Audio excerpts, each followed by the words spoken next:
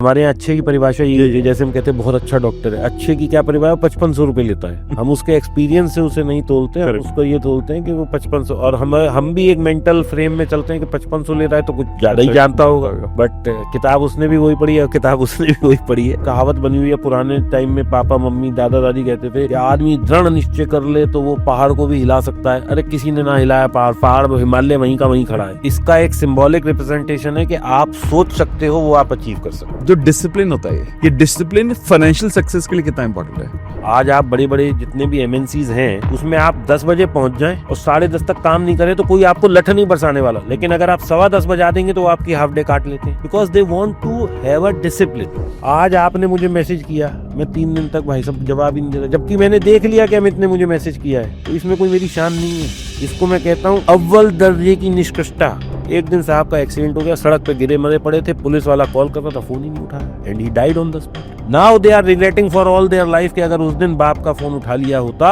या पुलिस वाले ने जब कॉल किया था उठा लिया होता तो आज शायद हम बचा पाते नहीं बचा पाते, but they are living with regret. जितना ज्यादा आप लोगों से टच में रहोगे, जितना ज्यादा रिस्पॉन्सिव रहोगे, जितना ज्यादा उनके पास रहोगे, आप उनके बन के रहोगे।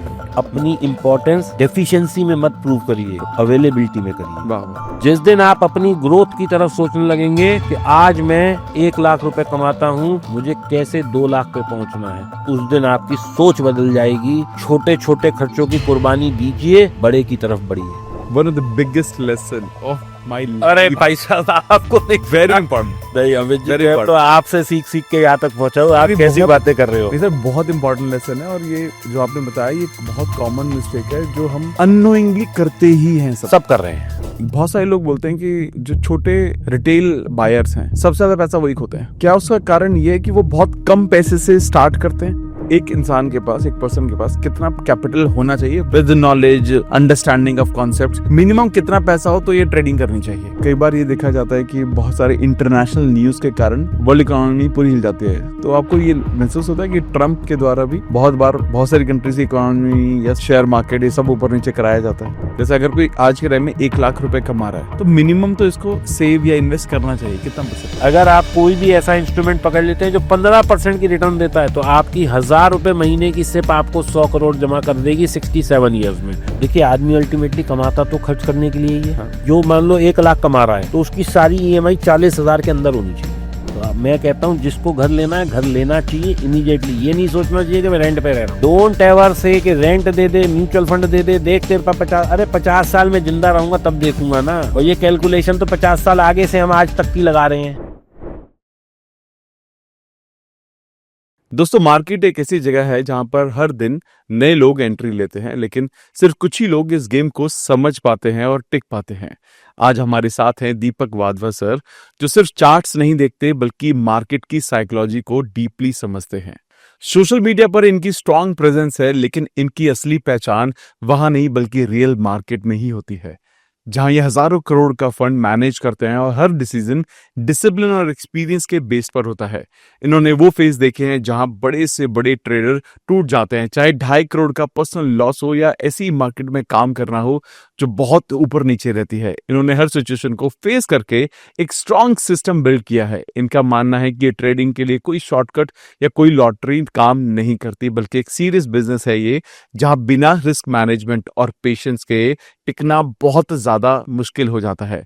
आज हम इनसे बात करेंगे रियल ट्रेडिंग की साइकोलॉजी की, रिस्क मैनेजमेंट के सीक्रेट्स की और उस माइंडसेट के बारे में जो एक नॉर्मल ट्रेडर को प्रोफेशनल ट्रेडर बना सकता है।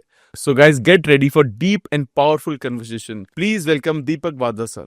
दीपक सर, आपका हमारे पॉडकास्ट पे बहुत बहुत स्वागत है। My pleasure, thank you ji. Last वाला पॉडकास्ट हमारा बहुत अच्छा गया और बहुत लोगों ने पसंद किया। सब प्रभु की कृपा और आपकी मैनिफेस्टेशन है। आपने ऐसा सोचा होगा कि ये अच्छा चला जाए तो अच्छा चला गया। हम तो सर हर पॉडकास्ट के बारे में सोचते हैं लेकिन आपकी प्रेजेंस, गॉड इज काइंड, आपकी जो प्रेजेंस है और आपकी जो नॉलेज है उसे बहुत लोग पसंद करते हैं, और शायद इसी वजह से लोगों ने काफी कमेंट भी किए कि आपके साथ दोबारा पॉडकास्ट होना चाहिए। So nice of them। मैं आपकी ऑडियंस का भी बहुत बहुत आभार प्रकट करना चाहूंगा और आपका भी आभार करना चाहूंगा कि आपने मुझे दोबारा याद किया। Thank you sir. हालांकि मैं आने में थोड़ा लेट हो गया तो I am extremely sorry for that, लेकिन बस व्यस्तता कई दफा ऐसी हो जाती है कि लेकिन आप, मुझे लगता है काफी लोग आपको पहचानेंगे नहीं, आपने बहुत हाँ, मैं उम्र भी कम कर लिया है। यस करीब 55 किलो वेट भी कम कर दिया मैंने। अच्छा। तो इसका पहले तो कारण क्या है और कैसे किया सर ये? एक्चुअली अमित जी क्या था कि मैं पिछले करीब 15-20 साल से शुगर का मरीज था, ओके। जिसे डायबिटीज कहते हैं। अब वो एक हालत ऐसी होती जा रही थी कि मेरी दिन में मैं कभी भी शुगर नाप लूं वो 300 प्लस आ रही थी, और डॉक्टर भी शायद मजबूर रहे होंगे। तो डॉक्टर ने मेरे को ये बोला कि सर आपका ना इंसुलिन लेने के अलावा कोई तरीका नहीं है। तो हम लोग शुरू किया था आज से 10 साल पहले, जब मैं इंसुलिन पे आया था, या 8 साल पहले, मुझे ध्यान नहीं है। तो हम 4 यूनिट इंसुलिन लेते थे, फिर 8 पे आए, फिर 12 पे आए, फिर 20 पे आए, फिर कोविड के टाइम पे शायद 30 पे आ गए, और फिर 42, 46, 50 यूनिट तक इंसुलिन पे आ गए। क्योंकि अगर मैं इंसुलिन नहीं लेता था तो मेरी शुगर 500 भी क्रॉस कर जाती थी, which is a state of coma, ऐसा डॉक्टर बोलते थे। मेरे को कभी ऐसा नहीं हुआ, लेकिन डॉक्टर बोलते थे आप कोमा में भी जा सकते हो। और इंसुलिन लेने के बाद 300 के आसपास आने लगी। तो अभी रिसेंटली, मतलब आज से 1.5 साल पहले या 1 साल, अब 1 अप्रैल को आज स्टार्टेड ना, तो अभी अप्रैल खत्म ही हो रहा है। तो पिछले साल करीब 15 मार्च के आसपास मैं डॉक्टर के पास गया, तो उसने कहा वादवा जी आप एक काम करो, 12 यूनिट इंसुलिन और बढ़ा लो। तो मैंने कहा ठीक है भाई, यही इलाज होता होगा। तो मेरे फादर को ना पैरालिसिस है, तो उनके पास एक डॉक्टर साहब रोज आते हैं। तो मैं उस दिन गया तो मैं थोड़ा डिस्टर्ब था, क्योंकि मैं डॉक्टर के यहाँ से मतलब उन अपने एंडोक्रोनोलॉजिस्ट से ही मिलके आ रहा था। तो उन्होंने पूछा भाई क्या बात है, मैंने कहा ये रिपोर्ट है, और ये उन्होंने भाई मेरी इंसुलिन बढ़ा दी है, लेकिन चलो हो जाएगा। उसने कहा दीपक जी आपकी इंसुलिन बढ़ गई है, ठीक है, शुगर कम हो जाएगी, लेकिन किडनी और लीवर आपका 1 साल में खत्म हो जाएगा, and you will be in difficult situations to even survive. तो मैंने कहा जी क्या तरीका है? बोले आपको अपना खान पान पे ध्यान देना पड़ेगा। और ये मेरे को वो भी बोलते थे कि आपको खान पान पे ध्यान देना पड़ेगा। शायद मैं ही गलती कर रहा हूँ, I was taking it too lightly. तो देन आई स्टार्टेड कि भाई मुझे लगा कि यार नाउ इट्स हाई टाइम, कहीं ऐसा ना हो कि मतलब 1 साल बाद रहूं ही नहीं तो क्या करूंगा जिंदगी में, या कोई ऐसी बीमारी लग जाए, या ऐसी किडनी फेलियर हो जाए जो आगे का जीवन ही खराब हो जाए। And at that point of time I was taking a hell lot of medicine for cholesterol, for BP, for blood thinner, और शुगर की 2 लेता था इंसुलिन के बावजूद भी। और उसके अलावा और भी 2-1 दवाइयाँ चल रही थी, पता नहीं किस किस चीज़ की थी, लेकिन डॉक्टर शायद साथ में, एक एसिडिटी की चल रही थी, वो पेंटोसिड डीएसआर, तो मैं मेरे ख्याल से पिछले 30 साल से खा रहा था। तो फिर मुझे लगा कि भाई अब कुछ अपने लिए करना पड़ेगा हेल्थ के लिए। तो आई डिसाइडेड कि मैं जो हूँ, मतलब हाउ टू कंट्रोल डायबिटीज़। मैंने बहुत सारे आर्टिकल पढ़े, डाइट वाइट को फॉलो करना शुरू किया, लेकिन एक प्रॉपर डाइट भी नहीं मिल रही थी। फिर मैंने कई डाइटिशियंस को कंसल्ट किया, एंड आई स्टार्टेड कि अब यार खाना है तो डाइटिशियन के हिसाब से ही खाना है, कुछ वेट भी कम होगा और शायद शुगर में भी कुछ फर्क पड़ जाए। तो बहुत लोगों से, किसी ने कहा ये वैद्य है, किसी ने कहा ये डॉक्टर है, किसी ने कहा ये हॉस्पिटल है, किसी ने कहा ये आचार्य है, किसी ने कहा ये समझदार व्यक्ति है, किसी ने कहा ये मतलब अच्छा डाइटिशियन है ये। और अच्छा, अच्छे की परिभाषा मतलब महंगा 3,000 से शुरू हुए थे, 20,000 रुपये, 25,000 रुपये हर मंथ के डाइटिशियन पे आ गए। तो हमारे यहाँ अच्छे की परिभाषा ये होती है, जैसे हम कहते हैं बहुत अच्छा डॉक्टर है, अच्छे की क्या परिभाषा, 5500 रुपये लेता है। हम उसके एक्सपीरियंस से उसे नहीं तोलते, हम उसको ये तोलते हैं कि वो 5500। और हम भी एक मेंटल फ्रेम में चलते हैं कि 5500 ले रहा है तो कुछ ज्यादा ही जानता होगा। बट किताब उसने भी वही पढ़ी और किताब उसने भी वही पढ़ी है। खैर, तो कुल मिला के I started doing aggressive dieting. Aggressive में मतलब मैं हेल्दी खाना शुरू कर दिया, जंक फूड बंद कर दिया, तला भुना बंद कर दिया। और पहले 3 महीने में मेरा 1 किलो भी वजन कम नहीं हुआ। I started on 1 April 2025। Okay. कुछ सप्लीमेंट्स भी लेने लगा मैं साथ में, लेकिन मेरा वेट 1 किलो भी कम नहीं हुआ। मैंने कहा यार छोड़ो, ये क्या 20-25 हजार रुपये महीना भी दे रहे हैं और कम भी नहीं हो रहा, दवाइयां उतनी ही चल रही हैं, तो मतलब ये तो एक एडिड बर्डन ही हो गया। करेक्ट। बट चौथे महीने से मेरा एकदम डिजास्ट्रिकली करीब 3 किलो वजन कम हुआ विद इन 5 डेज। और फिर कंटिन्यूअसली मैं रोज जब, और उसके लिए मैंने एक वेइंग स्केल भी ऐसा ले लिया था जिसके मोबाइल पे मेरा चार्ट बनता रहता है, मेरा बीएमआई बनता रहता है। मतलब मैंने I started in A proper मतलब डे 1 को मेरा क्या वेट था, डे 2 पे क्या था, डे 90 पे क्या था, और आज क्या है। I can even show you, मेरे पास फोन में रिकॉर्ड है सारा, और वो चार्ट बना हुआ है। मतलब मैंने मैनुअली नहीं भरा है, मैं एक वेइंग स्केल है मेरे पास, उसमें बीएमआई ये वो सब आ जाता है। So you just have to stand there, और वो अपने आप ही आपके फोन से सिंक हो जाता है। और आप दिन में 4 बार खड़े होगे तो वो 4 रीडिंग ले लेगा, आप दिन में 1 बार होगे तो 1 ले लेगा, आप हफ्ते में 4 बार होगे तो वो 4 ले लेगा। और वो बीच में कभी कभी रिमाइंडर भी दे जाता है कि you forgot to stand on the weighing scale और take a lot of water and this and that. तो बहुत सारी इसके पीछे मतलब धारणाएं थी, हर किसी का एक डाइट का अलग सिस्टम होता है। तो हमने कईयों की डाइट फॉलो करी, और फिर उससे वेट कम होना शुरू हुआ, तो थोड़ा सा एक एनकरेजमेंट मिला। बट मैंने इस पूरे दौरान ना तो जिम किया एक भी दिन, क्योंकि क्योंकि शुगर होने की वजह से मैं जैसे अभी भी बहुत ज्यादा चलता हूँ तो मेरे पैरों में दर्द हो जाता है, घुटनों में दर्द हो जाता है। तो मैं अपनी काया को कष्ट नहीं दिया मैंने बिल्कुल भी, लेकिन मैंने खाने पे इतना प्रतिबंध लगा दिया कि कई दफा आई फॉलोड ओमेड, यानी 1 मील अ डे। और मैं कुछ भी खाता था तो मेरा जो है वो, मैं नाप तोल के खाने लगा। जैसे पहले अगर पपीता खाना है तो इतनी बड़ी प्लेट भर के खा लिया, तो वो खाना ना खाना मतलब बेकार है। अगर आपने 1 किलो पपीता खा लिया तो खा ही लिया ना 1 किलो। तो you start taking portions and then you start following the proper diet, proteins intake बढ़ा दिया, कुछ सप्लीमेंट जैसे मैंने बताया वो शायद मैं नाम नहीं लेना चाहूंगा, लेकिन आई स्टार्टेड टेकिंग दैट। तो आफ्टर 6 मंथ्स एक दिन मैं उठा तो मुझे चक्कर आने लगे बहुत तेज।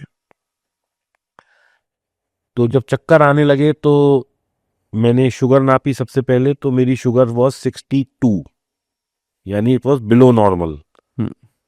तो that was the day I started eating chocolate, और अब तक मैं शुगर में वो शुगर फ्री ही ले रहा था। उस दिन से मैंने चीनी खाना भी शुरू कर दिया। मेरे सारी इंसुलिन खत्म हो गई। आज की तारीख में मैं सिर्फ एक मल्टीविटामिन का कोई कैप्सूल है वो लेता हूं, बिकॉज एज की वजह से। इसके अलावा मैं कोई शुगर की दवाई नहीं लेता, कोई बीपी की दवाई नहीं लेता, माय गॉड, कोई मैं और जो है ये ब्लड थिनर या ये सब नहीं लेता।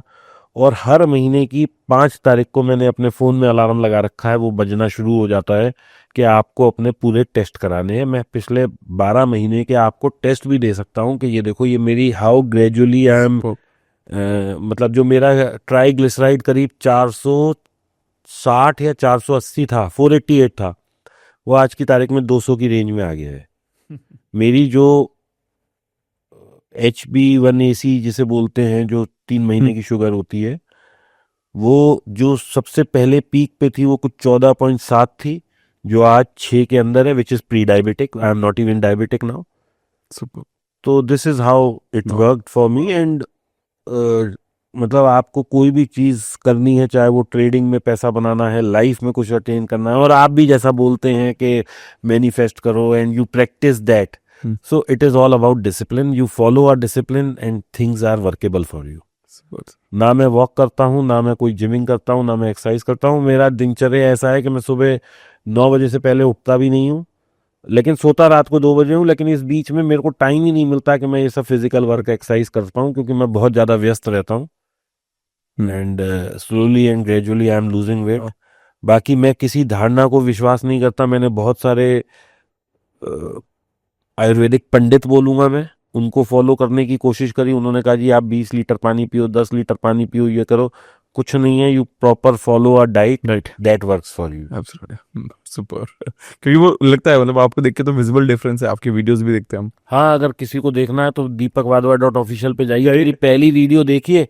ये जो माइक है ये मेरे पेट से टकरा रहा था last time when I came to your podcast. I must be मतलब तब मेरा, क्योंकि शुरू के 20 किलो कम हुआ तो लोगों को विजिबल मतलब डिफरेंस नजर भी नहीं आया। ऑलमोस्ट मेरे ख्याल से आई थिंक इसी टाइम 1 साल पहले के आसपास ही गया हाँ, था। तो तब तो पता भी नहीं लग रहा था, और मतलब मेरे कपड़े सारे I have to change my wardrobe too, हर 3 महीने में चेंज हो रही है क्योंकि वो सब लूज हो जा रहे हैं। तो सुपर। इनफैक्ट मेरे शू का साइज कम हो गया, मतलब I was wearing 10.5, now it has come to, क्योंकि पैर भी तो आपका मतलब पतला हो रहा है ना, वाह, ये सबसे तो you have to change all your wardrobe and I have recently change everything. Super sir, good problem to have. Nice sir, super. तो आपको डू यू थिंक कि ऑब्वियसली हेल्थ इंपॉर्टेंट होती है, तो आप हेल्थ का आपके काम पर, आपके फाइनेंशियल हेल्थ और आपके काम पर बहुत इम्पैक्ट पड़ गया?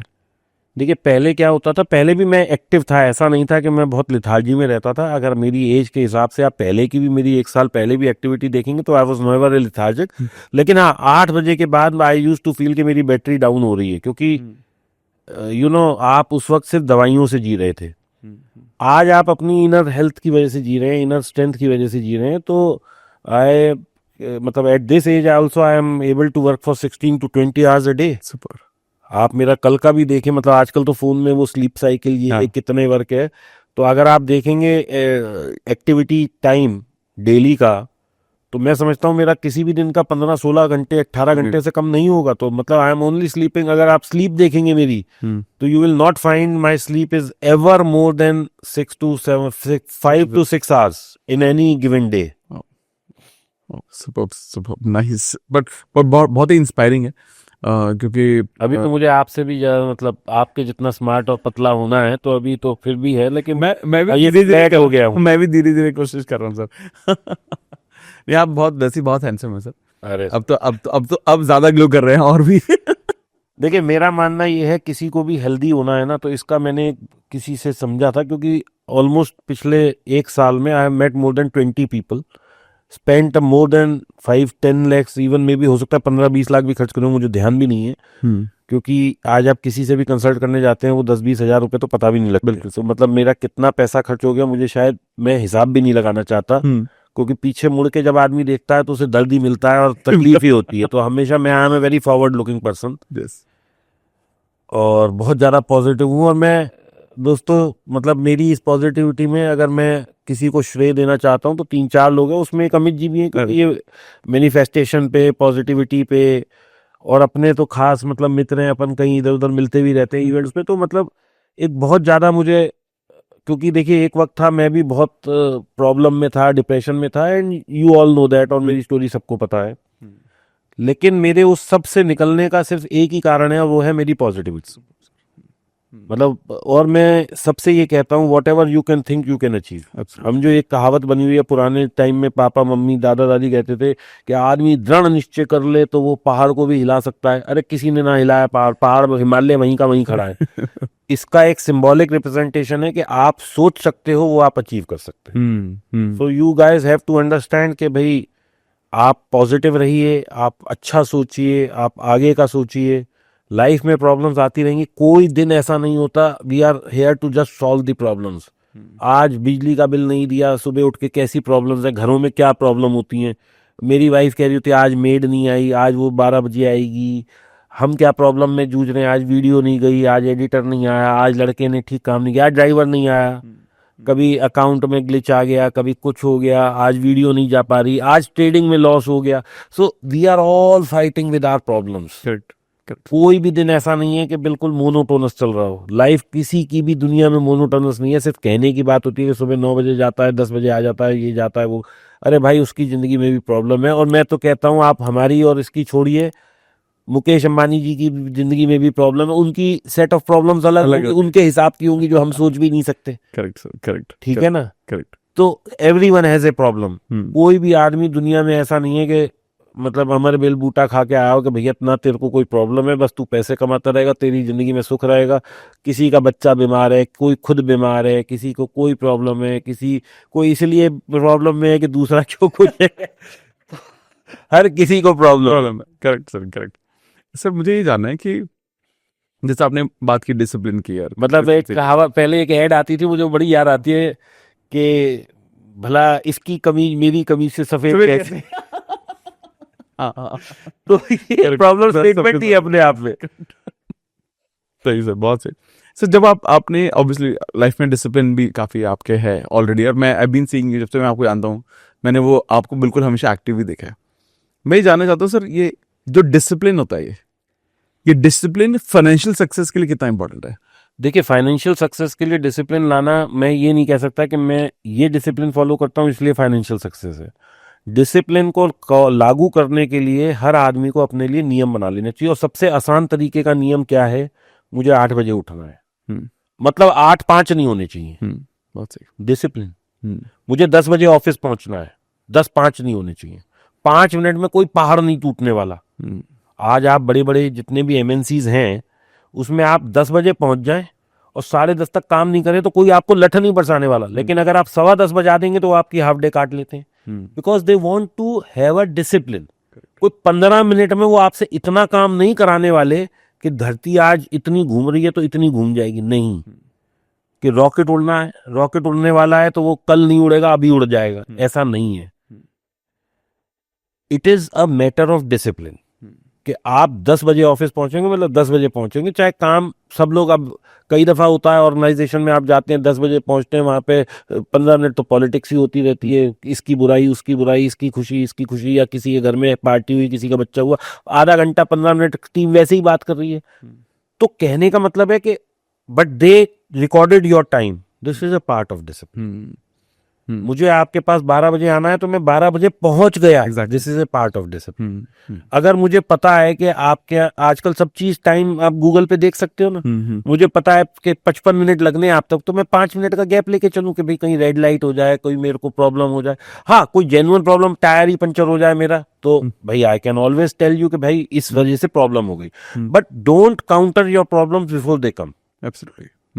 Don't make excuses in your life, because once you start making excuses, आप एक बार बहाना लगाने लगोगे वो सारी जिंदगी बहाने ही नहीं खत्म होंगे।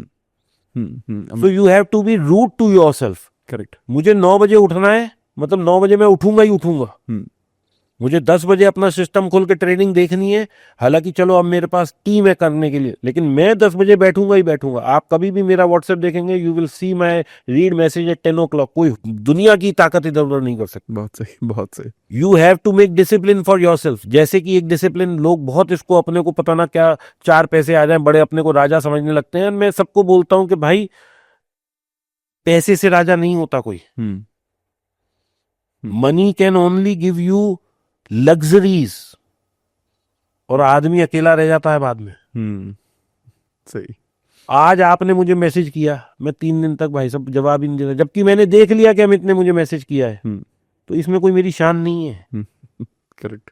इसको मैं कहता हूं अव्वल दर्जे की निष्कृष्टता। अरे आपसे किसी ने कोई बात पूछी है, आप जवाब दे दो, काम खत्म। आप क्यों, हाँ अब मैं शूट में हूं, नहीं जवाब दे पा रहा तो 1-8 घंटे में दे दो, लेकिन 3 दिन तक मैं जवाब ना दूं और फिर मैं कहूँ अरे मेरे यार अमित मैं बहुत बिजी था, भाई नहीं। This is the, you know what you are doing is you are lingering on your works. ये एक हैबिट बन जाएगी।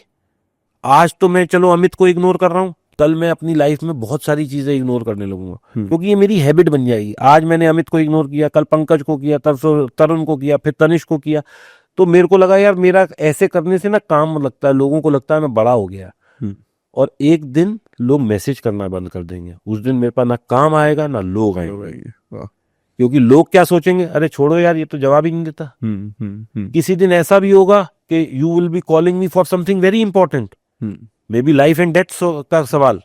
अब मैं आपको बताता हूँ, ये मेरे दोस्त के साथ हुआ। दोस्तों ये समझने वाली बात है, वैसे हम पैसे की बात करने आए थे, लेकिन लाइफ के लेसन कुछ ऐसे होते हैं जो सीखने चाहिए। राइट। एक आदमी था, उसके बच्चे कई दफा अपना वीडियो गेम खेल रहे हैं, ये कर रहे हैं, वो पापा का फोन ही नहीं उठाते थे। उसकी वाइफ थी, अरे मैं बिजी थी, मैं किचन में थी, ये थी, मतलब एक हैबिट बन गई कि फोन चलो 1 घंटा इग्नोर हो गया, 2 घंटे इग्नोर हो गया, कोई बड़ी बात नहीं है। हालांकि कर लेते होंगे, लेकिन 1-2 घंटे। एक दिन साहब का एक्सीडेंट हो गया, सड़क पे गिरे मरे पड़े थे, पुलिस वाला कॉल कर रहा था, फोन ही नहीं उठाया, and he died on the spot. Now they are regretting for all their life कि अगर उस दिन बाप का फोन उठा लिया होता, या पुलिस वाले ने जब कॉल किया था उठा लिया होता, तो आज शायद हम बचा पाते। नहीं बचा पाते, but they are living with regret. Correct.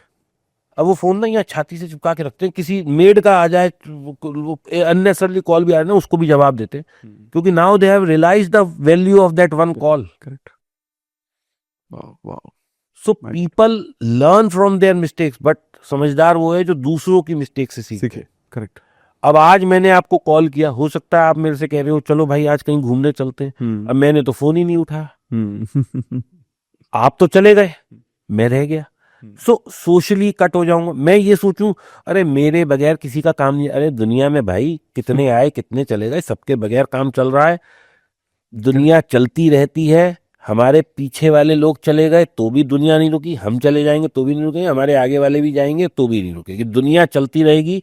Covid आया भाई, किसी का काम नहीं रुका, सबके कंपनियां भी चल रही थी, सबके बिजनेसेस भी चल रहे थे, स्टॉक मार्केट एक दिन बंद नहीं हुई, और इससे बड़ी क्या बात। सही बात है। मरे ना लाखों लोग, अभी ईरान इजराइल चल रहा है, कितने लाखों लोग मर गए, तेल की किल्लत है सब जगह, लेकिन आपकी गाड़ी भी चल रही है, सबकी दुनिया चल रही है ना। जिस दिन सरकार कहती है कि भाई अब तेल नहीं है, पेट्रोल पंप पे नहीं मिलेगा, उस दिन कंपनी आपसे ये नहीं कहेगी भैया बैठ जाए, वो कहेगी वर्क फ्रॉम होम कर ले, हाँ। ये ले जूम का सब्सक्रिप्शन कर ले 500 रुपए का। काम किसी का नहीं रुकेगा। जितना ज्यादा आप लोगों से टच में रहोगे, जितना ज्यादा रिस्पॉन्सिव रहोगे, जितना ज्यादा उनके पास रहोगे, आप उनके बन के रहोगे। करेक्ट। अपनी इंपॉर्टेंस डेफिशिएंसी में मत प्रूव करिए, अवेलेबिलिटी में करिए। वाह वाह, क्या बात। आज अगर आपको मैं जवाब देता हूं, ये मतलब नहीं है कि मैं बिल्कुल ही वेला हूं, ये मतलब है कि मैं आपको वैल्यू दे रहा हूं। सही, absolutely. So when you start valuing your work, start valuing other people, start valuing a message, people will start valuing you. Correct. और पैसा उसी को मिलता है जो ये छोटी छोटी चीजों को वैल्यू करता है, चाहे वो स्टॉक मार्केट हो, चाहे वो वैसे हो, चाहे वो मैनिफेस्टेशन हो। आप कहते हो ना ग्रेटिट्यूड, क्या है? This is valuing something. Correct, right. तो this is something which I have learned from so many speakers like you, and I have transformed my life in that way. बिल्कुल सर, बहुत सुंदर, बहुत सुंदर। पर बहुत ही इंपॉर्टेंट बात आपने बोली आज, आई एम श्योर सभी के लिए बहुत इंपॉर्टेंट लेसन है ये। Nice sir. सर जब आपने मिस्टेक्स के बारे में बात की, ठीक है, तो ऐसी कौन सी मनी मिस्टेक आपने अपनी लाइफ में की, जैसे आपने कहा ना कि दूसरों की गलतियों से सीखो आपकी, क्योंकि आज आप इंडिया में पैसों के बारे में, मनी के बारे में बात करने वाले, फाइनेंशियल एजुकेशन, ट्रेडिंग, स्टॉक्स, एक बड़ा नाम भी है आप। तो सबका शुक्र है, हाँ। सब आप लोगों का, नहीं तो कौन जानता था जी, मुझे 2 साल पहले कोई जानता भी नहीं था। सर आपकी मेहनत है सर, आपकी नॉलेज है। आपकी ऐसी कौन सी मनी मिस्टेक्स हैं जो किसी को रिपीट नहीं करनी चाहिए? देखिए, कहीं भी आप पैसा लगाते हैं, मैं एक उदाहरण से समझाता हूँ, क्योंकि लोग ना उदाहरण से बहुत कोरिलेट कर पाते हैं, और ये जेनजीज और ये यंग लोग और ज्यादा कर पाते हैं, या इवन जो मिड एज हैं वो भी कर पाते हैं। अमित जी, आपको एक मोबाइल लेना है, चलो हम एक कंडीशन पे बात करते हैं कि you want to buy a mobile, right. How do you buy a mobile? मतलब मैं देखूंगा मार्केट में पहले कौन सा है, नहीं, और अपना बजट। सबसे पहले क्या करोगे? How the thing will impeach your mind के मुझे मोबाइल लेना है। मतलब बहुत सारे फैक्टर हो सकते हैं, 2-3 चीजें होगी। मैं आपसे इसलिए कह रहा हूं कि मैं जब आपसे अब हम एक कंक्लूजन पे ड्राइव करेंगे ना, तो people will actually correlate themselves के how they are valuing themselves, और मिस्टेक्स को हम कैसे एनालाइज करें। मतलब मैं देखूंगा तो पहले तो मैं देखूंगा कि हमारा सवाल क्या था पहले, सबसे पहले कि मैं मोबाइल फोन कैसे। नहीं, आपने मेरे से क्या सवाल पूछा था? Money mistake sir. Money mistakes. तो हम मिस्टेक्स पे आ रहे हैं और मनी की मिस्टेक्स पे आ रहे हैं। चलो अब तो मैं 2 प्राइमरी फैक्टर होंगे, या तो ये फैक्टर होगा कि मेरा जो एग्जिस्टिंग मोबाइल है वो मेरे को दिक्कत कर रहा है, ठीक है, और दूसरा या तो मैं किसी, वो दिक्कत कर गया, वो बंद हो गया, आज बंद हो गया। Now what is your approach that you have to buy an iPhone, you have to buy Samsung, market में रिसर्च करूंगा मैं कि सबसे how मतलब इंटरनेट पे जाऊंगा, मार्केट रिसर्च करूंगा और अपना बजट देखूंगा, ये 2 चीजें करूंगा। आपके पास बजट की कोई कमी नहीं है। हाँ, अब हम बजट वाले पार्ट पे अभी नहीं आते हैं। करेक्ट है। अभी हम आते हैं कि आप कैसे, मतलब इंटरनेट पे कहाँ देखेंगे, मतलब यूट्यूब देखेंगे, अमेज़न देखेंगे, अमेज़न पे जाऊंगा, यूट्यूब पर रिव्यू देखूंगा, यूट्यूब पर लोगों ने क्या डाला हुआ है उसकी ये जानकारी लूंगा पूरी की पूरी, और फिर कंपेयर करूंगा, जो मान लो आईफोन है या सैमसंग है तो बेस्ट फोन कौन सा अवेलेबल है, या मेरी नज़र में कोई होगा तो उसके रिव्यू चेक करूंगा, लोगों ने क्या डाला है उसके बारे में, लोगों का फीडबैक क्या है, अमेज़न पे रिव्यू क्या आ रहा है, क्या रेटिंग है उसकी, तो वहां से जाके फाइनल करूंगा मैं। इस पूरे प्रकरण में 1, 2, 5 घंटे लगा दोगे? बिल्कुल सही है। 5 घंटे लग जाएंगे। बोले कई बार तो ऐसी चीजों में हमें तो बहुत कई दिन लग 2 दिन भी लग जाते, 2 दिन भी लग खूब सोच ही जा रहे हैं। चलो ये तो हो गया उसकी रिसर्च पार्ट पे। अब हमने फाइनल कर लिया जी मुझे आईफोन 17 लेना है, ठीक है। ये हम यहाँ तक पहुंच गए पढ़ पढ़ा के समझ के।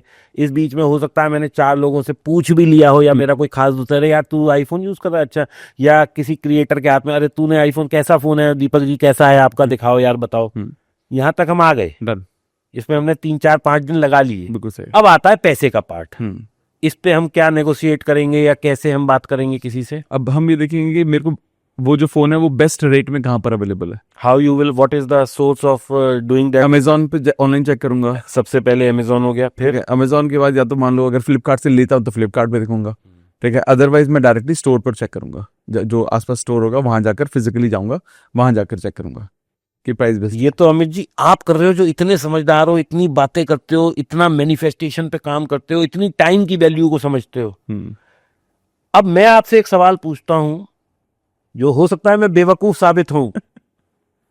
इतनी रिसर्च का क्या फायदा था? Can we customise the phone? अगर उसमें 50 MBPS का कैमरा है या 20 MBPS का कैमरा है, क्या हम उसको चेंज कर सकते हैं? मैं स्टडी तो इतनी कर रहा हूं कि मुझे उसमें जैसे 50 चीज ऑप्शन है और मैं वहां जाके बोलूंगा भैया मेरे को डोसा नहीं तू चाउमीन ले आज, क्या मैं ये कर सकता हूँ? नहीं।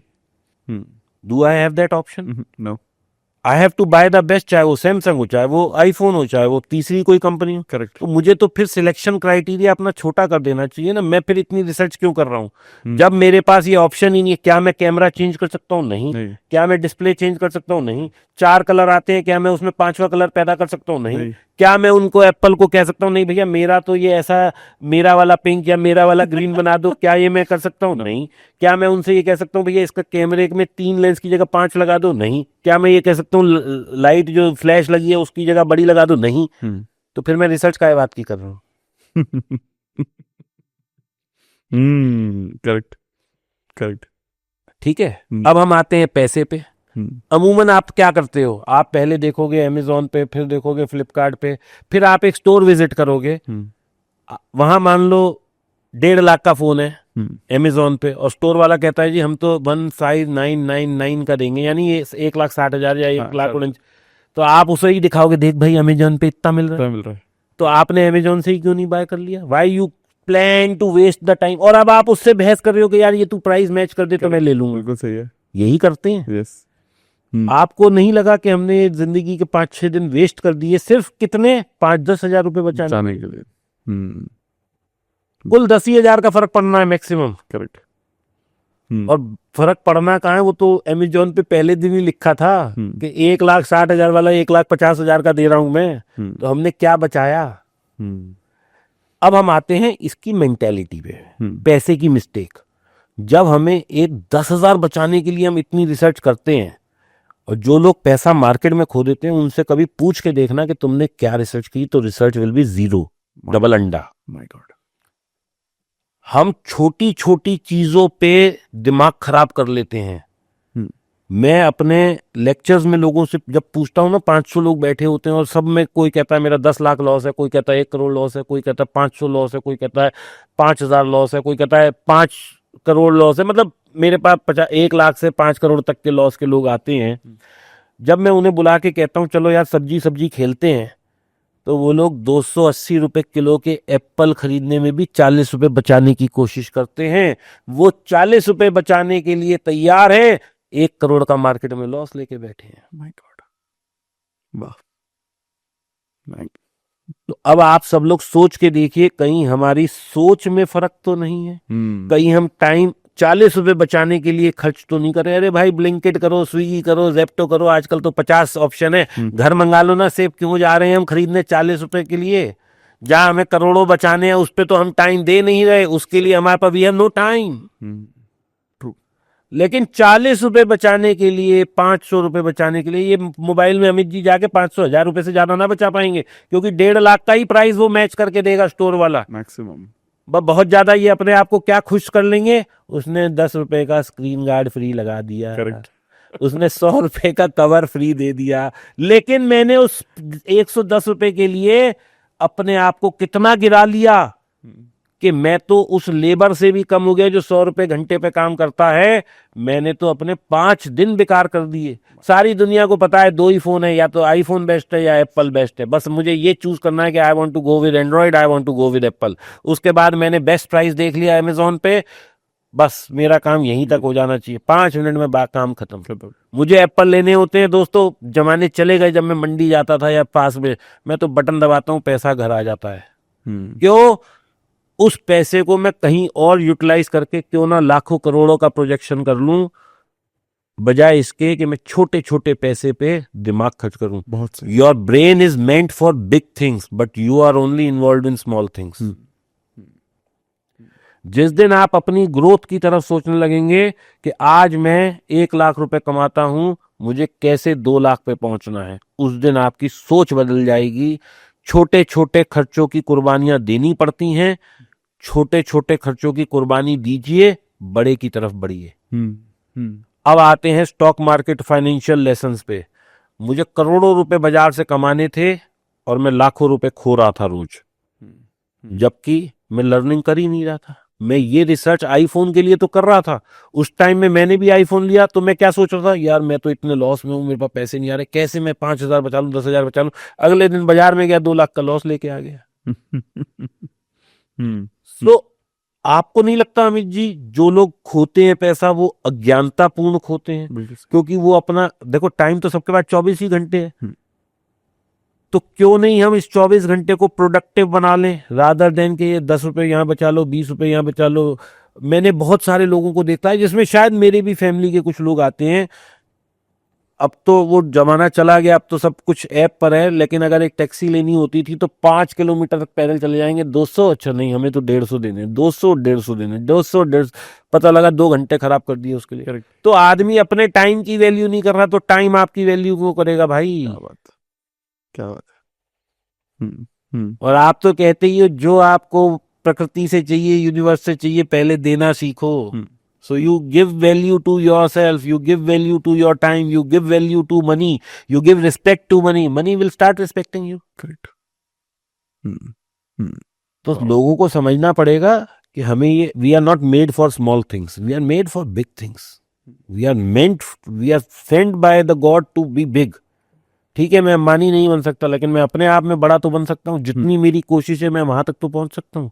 जितना मेरे अंदर वजूद है, जितनी मैं ताकत रखता हूं, जितना मेरे अंदर अपने आप को संभालने की शक्ति है, वहां तक तो पहुंचूं। मैं तो पहले ही 10 20 50 रुपए में उलझा पड़ा हूं।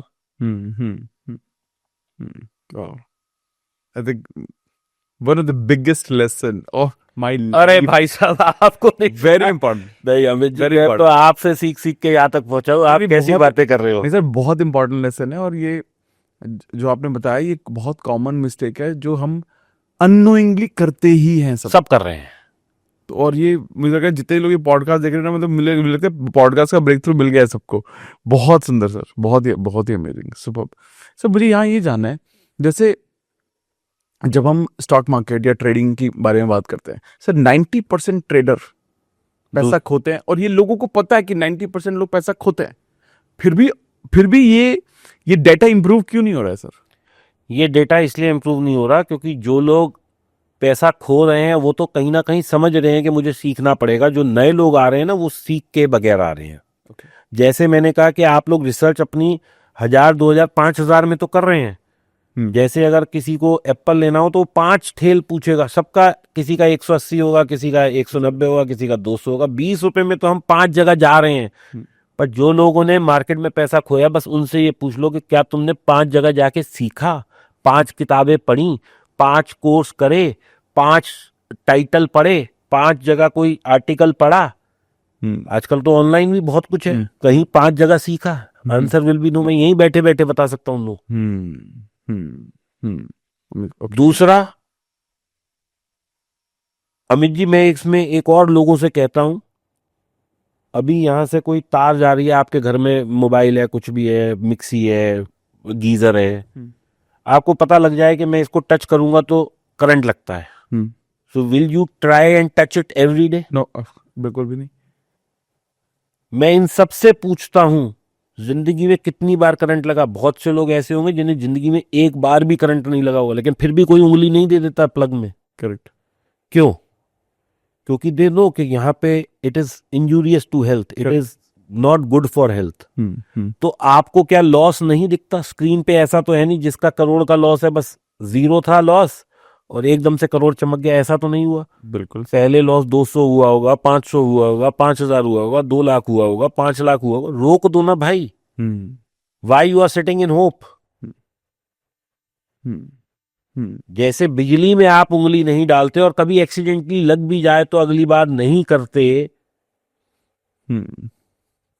तो why you are proving yourself to have more losses? रोको।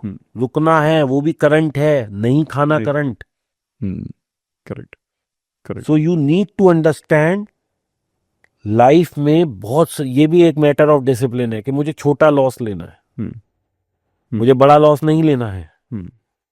जिस दिन आप ये रुकना शुरू कर दोगे, मान लो मैं आपको एक उदाहरण देता हूं, कोई एक बहुत जिद्दी स्टॉक है, बहुत जिद्दी ऑप्शन है, बहुत जिद्दी फ्यूचर है, आप 100 पे लेते हो, जैसे ही आप 100 पे लेते हो वो 40 आ जाता है। ठीक है, करेक्ट। तो आप 100 वाली चीज को 95 पे छोड़ दो, जाने दो 40, 5 का लॉस हो गया। और ये उसने 10 दफा किया, तो आपने 10 दफा 5 बार लॉस ले लिया, क्योंकि अब आप 5 का ही लॉस लेते हो। अगली बार फिर वो 100 आया, अब की वो 300 चला गया। आपका क्या डिसिप्लिन था कि मेरे को 5 ही देने हैं, लेकिन ऊपर जाता जा रहा है, लेते रहो, बैठे रहो, क्योंकि 5 ही लेगा मैक्सिमम मेरे से। जिस दिन आदमी ये समझ जाएगा कि मैं छोटे छोटे लॉसेस लेना चाहता हूं, प्रॉफिट तो बाई प्रोडक्ट की तरह आएगा। यहां पर सर स्टॉप लॉस, जब हम बात करते हैं स्टॉप लॉस की, यहां पर इमोशंस कितने इंपॉर्टेंट है? डिसिप्लिन, इमोशन, सब कुछ आपको, मतलब कुछ भी नाम दे लो, हाथ पे उंगली दबानी पड़ती है। इमोशंस को तो कंट्रोल करना ही पड़ता है, लालच को घर रख के आना पड़ता है, ये समझना पड़ता है कि ये मार्केट है, ये लेगा भी पैसा, देगा भी। और नहीं समझ आता तो बैंक जाओ, एफडी कराओ ना। लेकिन एफडी भी कहाँ सेफ है? 5 लाख के ऊपर तो वो भी सेफ नहीं है। कहीं अगर बैंक डूब गया, जैसे हमने पीछे देखा है, बहुत सारे कोऑपरेटिव बैंक डूब जाते हैं, मर गया पैसा उसमें लोगों का, कुछ नहीं कर सकते। ओके सर, जब हम बात करें ट्रेडिंग के बारे में ही, तो बहुत सारे लोग बोलते हैं कि जो छोटे रिटेल बायर्स हैं, सबसे ज्यादा पैसा वही खोते हैं। क्या उसका कारण ये है कि वो बहुत कम पैसे से स्टार्ट करते हैं?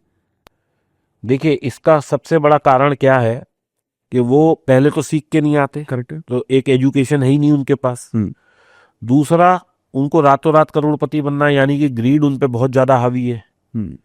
तीसरा, उनको ये भी नहीं पता कि स्ट्रेटेजी क्या है, उनको ये भी नहीं पता पोजीशन साइजिंग क्या होनी चाहिए, उनको ये भी नहीं पता रिस्क मैनेजमेंट क्या होना चाहिए।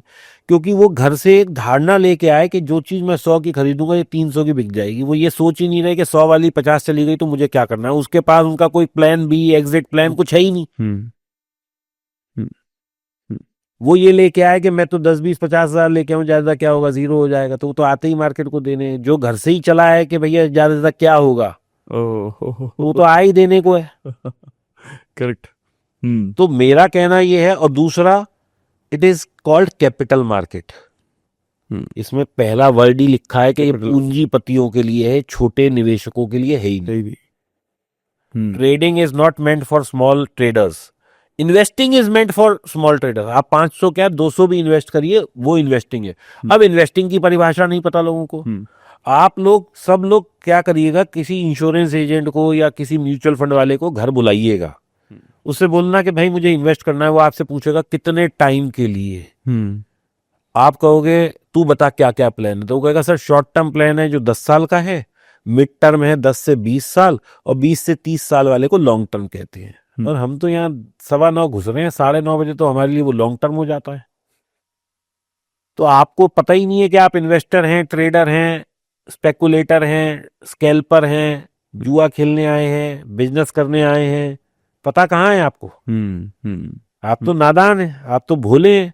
किसी ने कह दिया कि मैंने ये करा, आप उस पे लग गए। तो बेवकूफी है ना ये। पैसा तो फिर खोना ही है आपने। ये आपने बहुत अच्छी बात बोली कि बहुत लोग इसी थॉट से आते हैं, अरे 50,000 रुपए हैं, ज्यादा कितना ही नुकसान, 50 ही तो जाएगा, चल कोई बात नहीं, चल इसी थॉट से जाएगा तो खोएगा ही पैसा बस। मैं कहा ओके, बहुत बहुत बहुत फिर भी, लेकिन अगर जैसे आप कहते हैं, आपने बताया कि ये कैपिटल मार्केट है, एक इंसान के पास, एक पर्सन के पास कितना कैपिटल होना चाहिए with knowledge understanding of concepts, minimum कितना पैसा हो तो ये ट्रेडिंग करनी चाहिए? देखो, मैं ना इस पे एक उदाहरण के साथ समझाता हूँ, that becomes easy for people to understand. जी। मैं सबसे आपकी ऑडियंस से कहूंगा, और आप भी जाके ये करना कि what is the return of Reliance industries in terms of profit for last 10 quarters. Okay. मतलब कि मुकेश अंबानी जी ने पिछले 10 क्वार्टर में कितना प्रॉफिट कमाया। फिर यही चीज आप अडानी जी के लिए करना, यही चीज आप एलन मस्क के लिए भी करना, और यही चीज आप वॉरेन बफेट के लिए भी करना। आप देखोगे कि ये सब लोग जितने मेरे पास लाख नहीं है, उससे ज्यादा ये करोड़ लेके बैठे हैं। आज मुकेश अंबानी जी की नेटवर्क 20 लाख करोड़ की है। 20 लाख करोड़। दोबारा बोलता हूं, 20 लाख करोड़। एक वो छोटा सा बैंक है HDFC, जो एशिया का सबसे बड़ा बैंक है, प्राइवेट बैंक, नेटवर्थ करीब करीब 15 लाख करोड़। SBI 8 लाख करोड़। इनके प्रॉफिट देखो। अब आप सोच के देखो कि आप तो सोच रहे हो मेरा पैसा डबल हो जाए मार्केट में, तो क्या मुकेश अंबानी जी को नहीं पता कि स्टॉक मार्केट नाम की कोई चीज है जहां पे मैं अपना पैसा सुबह 50,000 डालूंगा, शाम को 2 लाख मिल जाएगा, मेरा पैसा एक ही दिन में 4x हो जाएगा या 50x हो जाएगा साल भर में। वो बेचारा क्यों 18% पे फैक्ट्री चला रहा है। 2.5-5 लाख लोगों का सैलरी का बर्डन अपने सिर पे लेके आप सोच रहे हो the type of stress he must be having, इतनी बड़ी इंडस्ट्री चलाना। तो कुल मिला के बात अमित जी, ये प्रॉब्लम सबके साथ है, सिर्फ आपको एक एमिकेबल सोल्यूशन निकालना है। और बजाय इसके कि हम प्रॉब्लम्स पे लड़ते रहें, हम अपना काम करते रहें, प्रॉब्लम्स आएंगी, प्रॉब्लम्स चली जाएंगी। प्रॉब्लम को अगर लेके बैठ जाएंगे तो हम प्रॉब्लम में आ ही जाएंगे।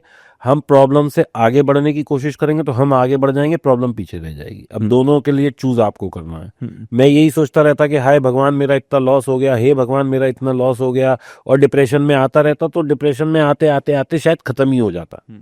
लेकिन मुझे लगा भैया ठीक है, प्रॉब्लम है, अब इससे निकलना तो है ही ना।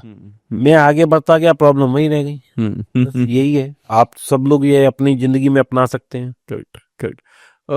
सर एक चीज बताइए, जैसे इंडियन इकोनॉमी, और कई बार ये देखा जाता है कि बहुत सारे इंटरनेशनल न्यूज के कारण वर्ल्ड इकोनॉमी पूरी हिल जाती है, तो आपको ये महसूस होता है कि ट्रम्प के द्वारा भी बहुत बार बहुत सारी कंट्रीज की इकोनॉमी या स्टेक शेयर मार्केट ये सब ऊपर नीचे कराया जाता है? देखिए अमित जी, मैं इस पे थोड़ा सा मतलब डिफरेंट विचारधारा को फॉलो करता हूं। जहां तक मुझे होश है, जहां तक मैं जा सकता हूं, मैं थोड़ा सा पीछे चलते हैं। 1990 में हमने लीबिया के साथ वॉर देखी, यूएस की। फिर हमने खाड़ी युद्ध देखा, ईरान इराक देखा। फिर इराक यूएस देखा, लीबिया यूएस देखा, वेनेजुएला यूएस देखा, रशिया यूक्रेन देखा। पिछले 20-30 साल से एक आध साल ही कभी ऐसा हुआ है कि वार ना हो। कभी हमने कोरिया देखा, चाइना ताइवान देखा, इंडिया चाइना देखा, इंडिया पाकिस्तान हो गया। कहीं ना कहीं दो देशों में कुछ ना कुछ विकार चलता ही रहता है। तो क्या मार्केट इन सब दुखड़ों से ऊपर उठ के दोबारा हाई नहीं बनाता? तो क्यों ना मैं, जब कोई भी वार आती है, कोई भी ऐसा इंसिडेंट होता है, इसको एक बाइंग अपॉर्चुनिटी समझूं। क्योंकि मार्केट तो हो सकता है आप जिस वक्त लें वहां से 1 साल नीचे चला जाए, लेकिन अल्टीमेटली तो ऊपर जा ही रहा है। तो why I am not taking it as a opportunity and why I am booking my losses? ये समझना पड़ेगा कि मुझे किस वक्त घुसना है, किस वक्त निकलना है, ये समझना पड़ेगा लोगों को। किस वक्त लॉस बुक करना है, किस चीज में लॉस बुक करना है, किस चीज को कैरी करना है, ये समझना पड़ेगा। अगर मैं स्टॉक मार्केट में स्टॉक में ट्रेड कर रहा हूं, मैं पैसा नहीं कमा सकता।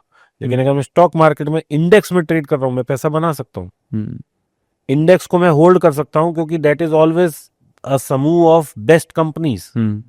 बट अगर मैं एक पर्टिकुलर स्टॉक में कर रहा हूँ, चाहे वो दुनिया की कोई सी भी कंपनी हो, हमने बड़ी बड़ी कंपनियों को भी डूबते देखा है। नोकिया जो वर्ल्ड की एक वक्त में सबसे बड़ी कंपनी थी, वो आ गई ना नीचे, खत्म।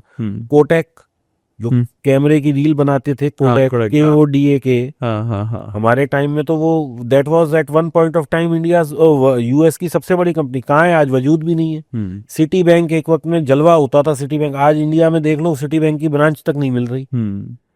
तो ये क्या है, फाइनेंशियल मार्केट में आज जो चीज बेस्ट है वो कल पुरानी होगी, नई बेस्ट होगी। लेकिन इंडेक्स तो हमेशा चलता रहेगा, तो इसलिए I can not rely on companies but I can always rely on index.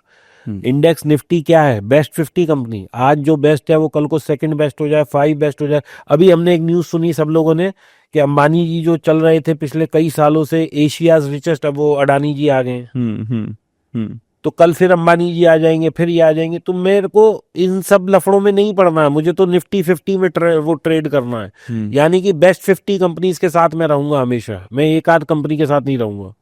Best 12 banks के साथ रहूंगा, अगर मैं बैंक निफ्टी कर रहा हूं तो। मैं IT कर रहा हूं तो बेस्ट 5-10 IT कंपनीज के साथ रहूंगा।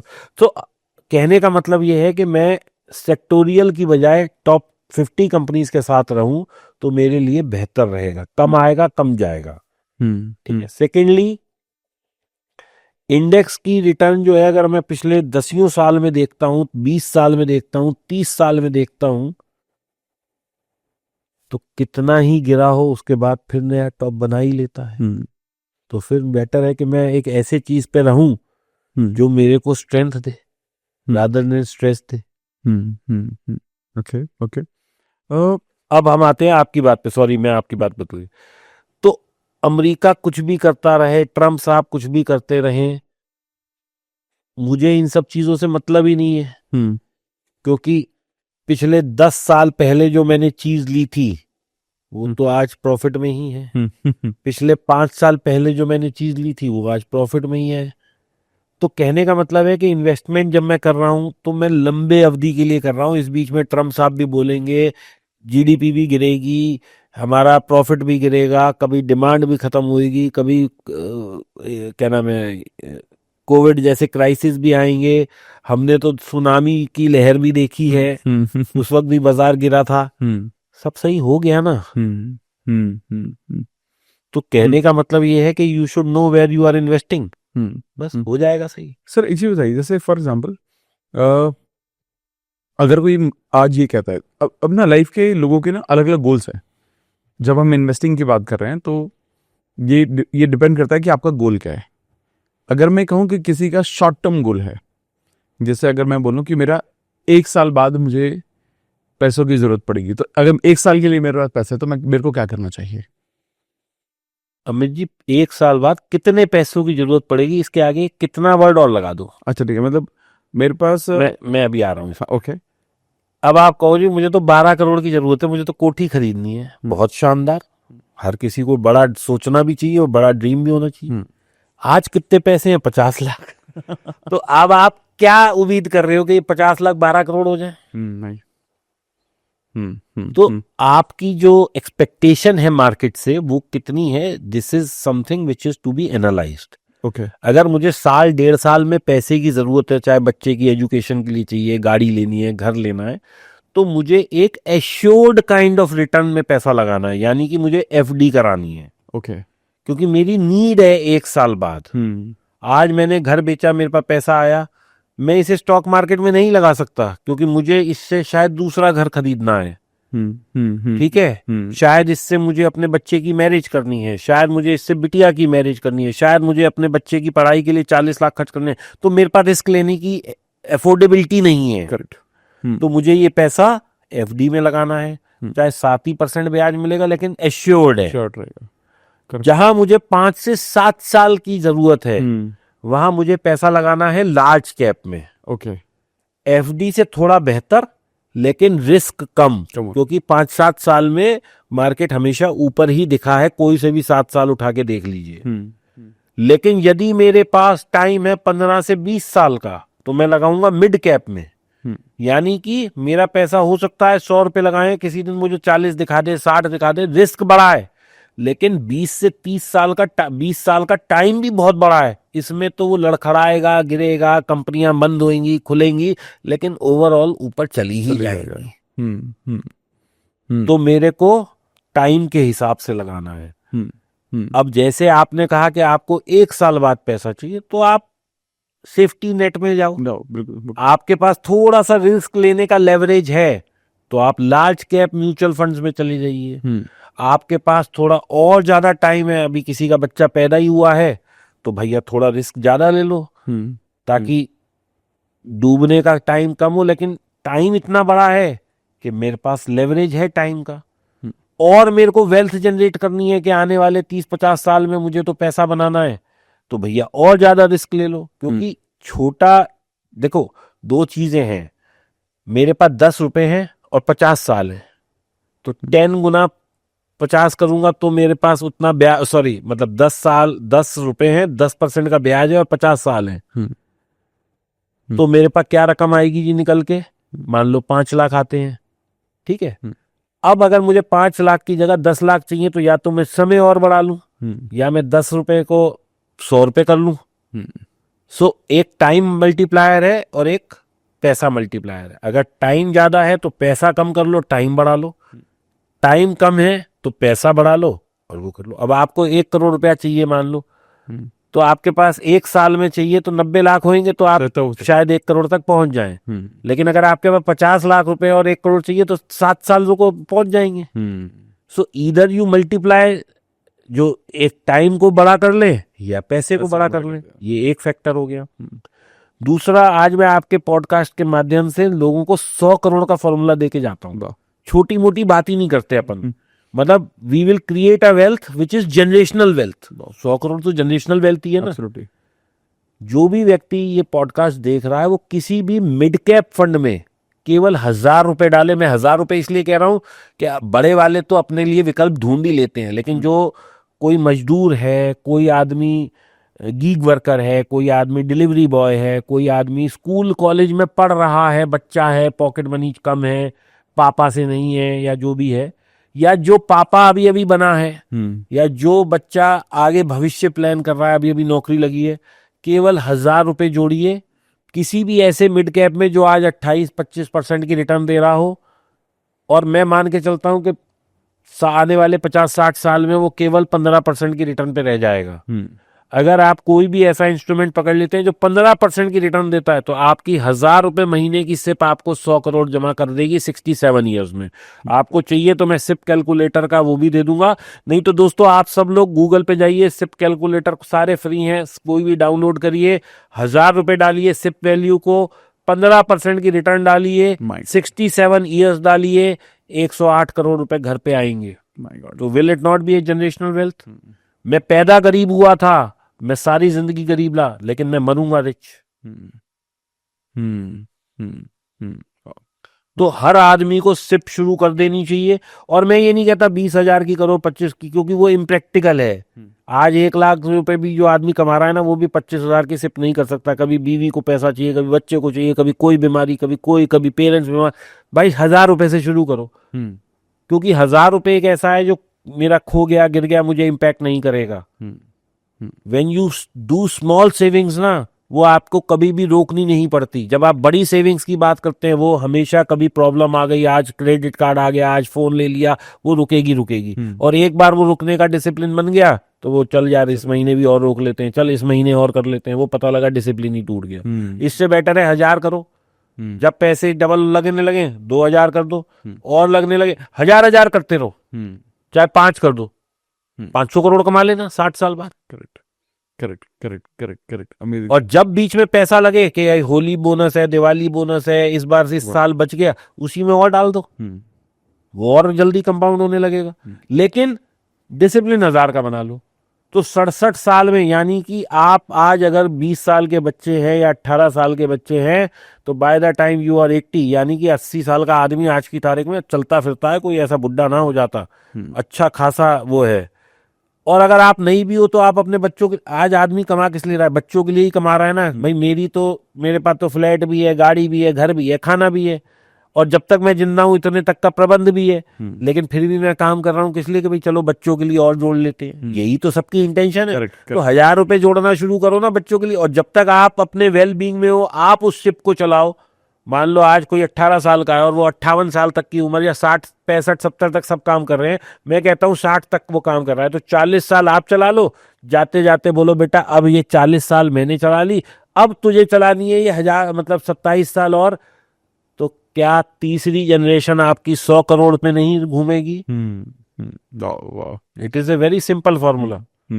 और देश में ये मत सोचो कि वार है, लड़ाई है, ये है, वो है, बम गिर गया, इकोनॉमिक क्राइसिस आ गया। अरे भाई साहब ये पिछले 30 साल में भी तो ये सब हुआ है, क्या नहीं हुआ? सही बात, ट्रू।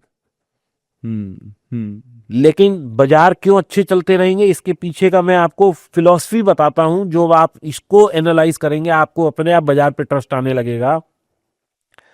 आज अमित भाई जब मोदी जी आए थे तो हम 120 करोड़ थे, आज हम 140 करोड़ हो गए हैं, 142 पे पहुंच चुके हैं। सेंसेक्स ये बोल रहा है हमारा, ठीक है। एक हाइपोथेटिकल कंडीशन समझिए कि दुनिया रुक गई है, ना बिजली है, ना पानी है, मतलब ना इंटरनेट है, ना मोबाइल है, ना तेल है, ना कुछ है।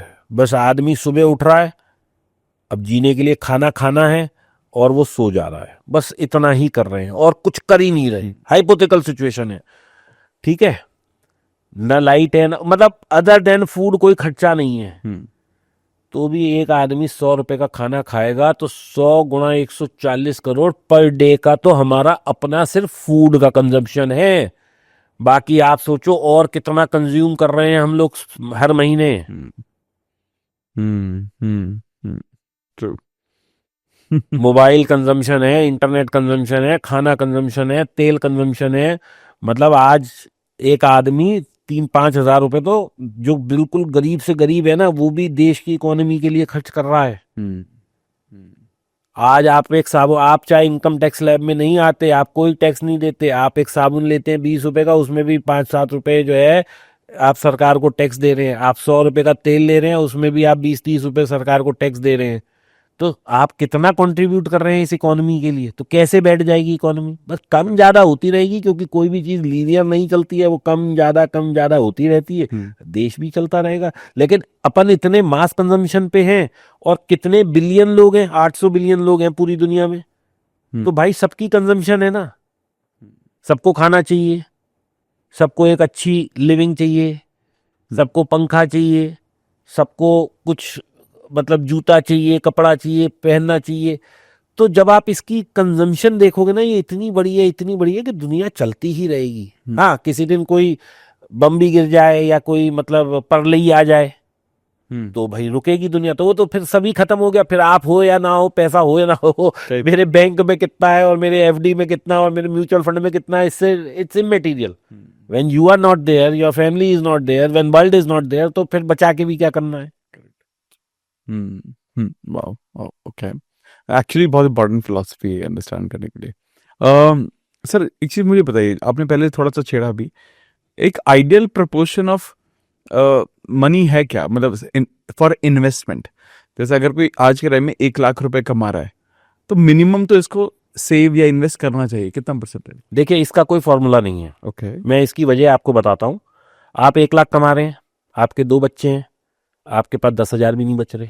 कोई आदमी 1 लाख कमा रहा है, वो बैचलर है, उसके पास 50,000 बच रहे हैं। आप 1 लाख कमा रहे हैं, आप रेंटेड हाउस में हैं, आपके पास कुछ नहीं बच रहा। एक 8 लाख कमा रहा है, वो अपने पापा के यहाँ रह रहा है, उसके पास पूरे बच रहे हैं। आप 1 लाख कमा रहे हैं, आपके पापा भी आपको 1 लाख दे रहे हैं और एक बंदा 1 लाख कमा रहा है, वो तो ना उस पर घर है, ना कुछ है, ना पापा है उसके। तो see it is not what you are earning, that is immaterial. 5 lakh कमाने वाला भी 10,000 नहीं बचा पा रहा, और 10,000 कमाने वाला भी पूरे 10,000 बचा पा रहा है। कंसेप्ट ये है। तो हम ये नहीं घुसते कि वो क्या कर रहा है, कैसे कर रहा है। भाई तुम जो भी बचा रहे हो, क्योंकि हो सकता है 1 लाख जो कमा रहा है उसके पास ईएमआई का बर्डन 40,000 ऑलरेडी लेके चल रहा है, वो रेंटेड हाउस में, एक का अपना घर है। तो मतलब there are so many variable factors on it. Correct. हम ये मान के चलते हैं कि आप क्या कमा रहे हो, हम उस पर बात करते हैं। हम सोच रहे हैं कि आप जो भी, कोई 10,000 कमा रहा है, कोई 20 कमा रहा है, कोई 50 कमा रहा है, हम इसको कह लेते हैं तू 100 रुपए कमा रहा है। अब इस 100 के लिए एक आइडियल पोर्टफोलियो क्या होना चाहिए, उस पर चर्चा कर लेते हैं।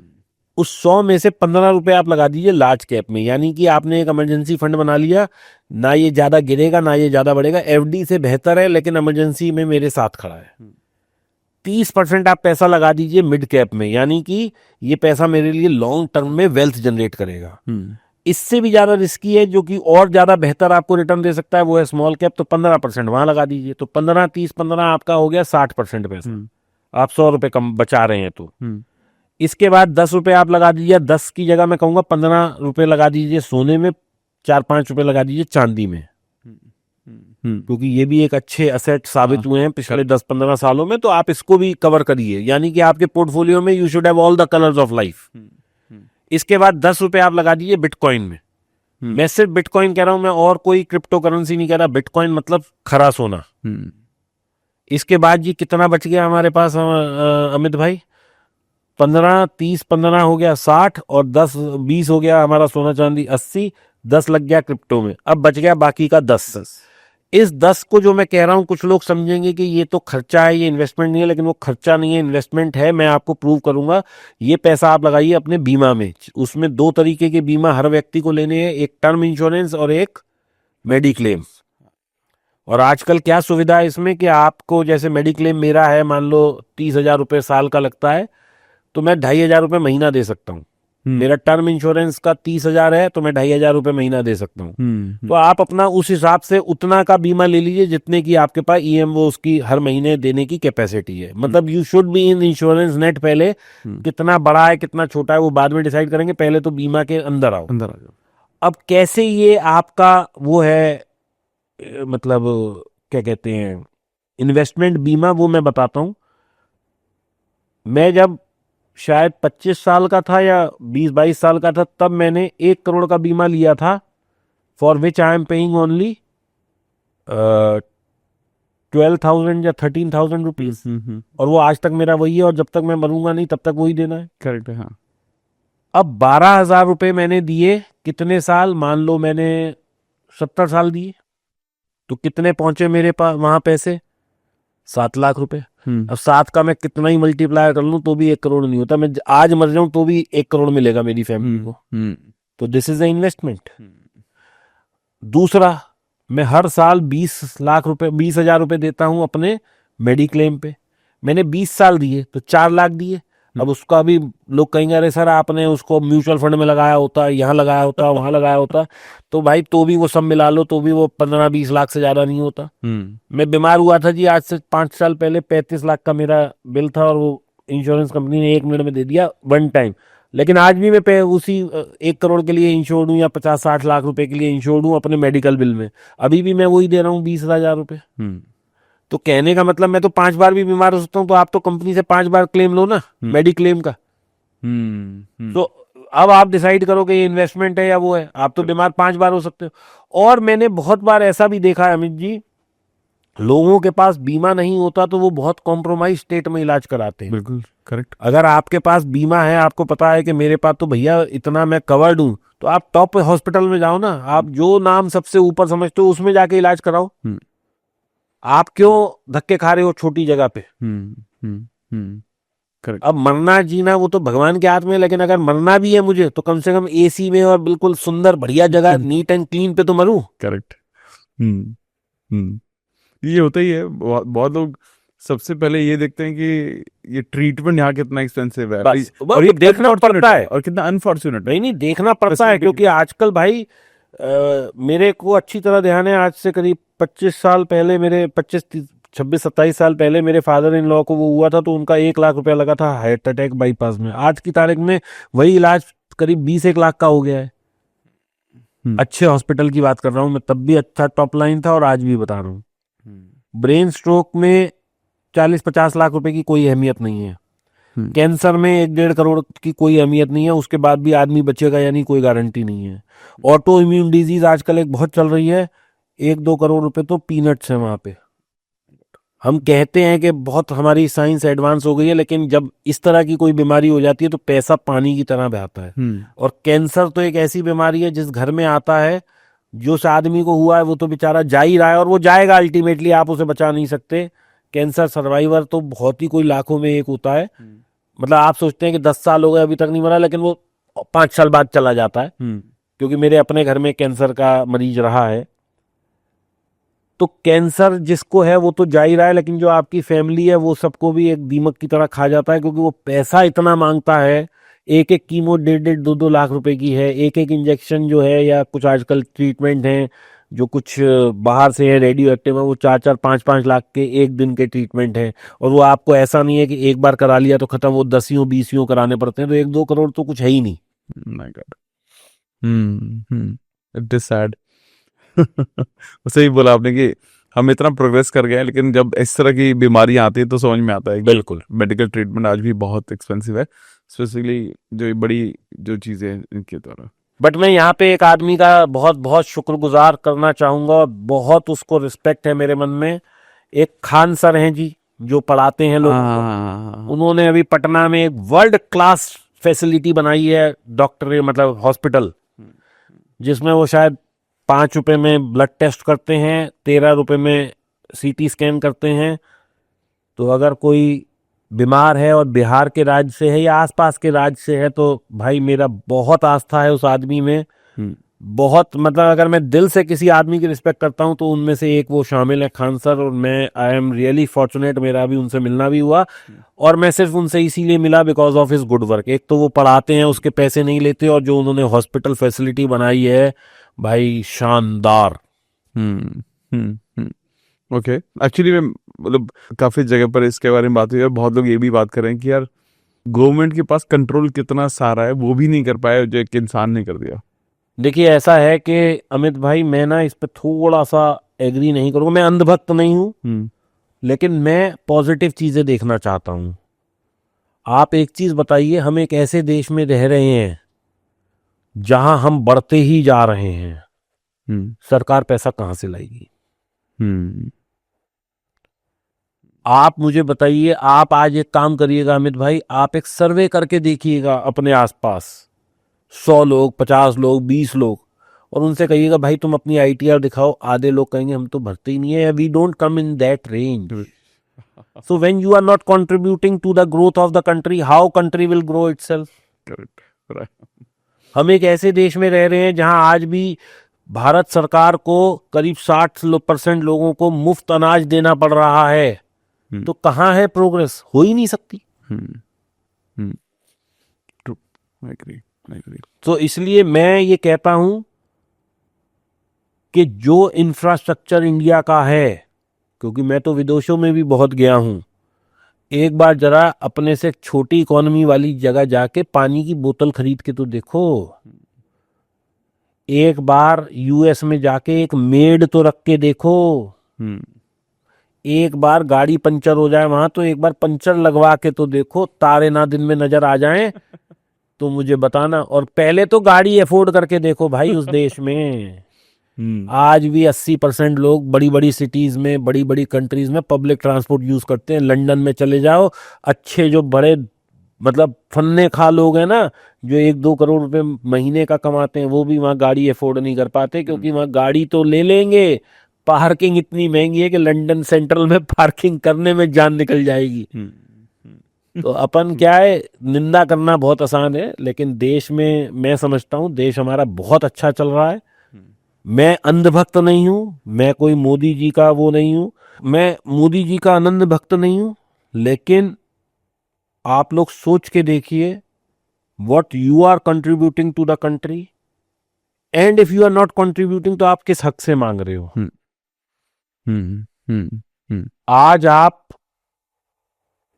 अपने पिताजी से मांग लो, बात समझे, आप अपने चाचा से मांग के देखो, वही आंख दिखा देता है। तो क्या मोदी जी आपके चाचा हैं, पिता हैं, क्या हैं? He is running a country, and I think he is running the country wisely. Correct, agree. अगर आप समझते हो आप उनसे बेहतर हो तो अपना विकल्प दो ना लोगों को। सही बात है भाई देखो, निंदा करना सबसे आसान काम है। आज सबसे आसान काम है दूसरे की निंदा करना। आप किसी भी आदमी का जब एफर्ट देखने लगेंगे, अभी अमित भाई 4 दिन पहले मैं बैंकॉक गया हुआ था, सबको पता है, मेरी रीलें भी हैं बैंकॉक की। मैं सुबह 6 बजे लैंड करता हूँ, आता हूँ तो घर आते आते 9 बज जाते हैं, 3 घंटे लगते हैं। मैं नोएडा रहता हूँ तो एयरपोर्ट से आने में और क्लियरेंस लेरेंस ये करा के 12 बजे सो के उठता हूँ, 3 घंटे आराम करके। तो मन करता है यार आज ऑफिस नहीं जाते, आज थोड़ा सा कहीं चलते हैं। तो रीले स्क्रॉल करी तो देखा कि देहरादून, दिल्ली देहरादून हाईवे खुल गया है। 12:30 बजे मैं घर से चला हूँ, 1 बजे मैं अक्षरधाम पहुंचा हूँ, 3:15 बजे मैं चाय पी रहा था देहरादून में। It only took 2 hours and 30 minutes, जहां पहले मुझे 7 घंटे लगा करते थे।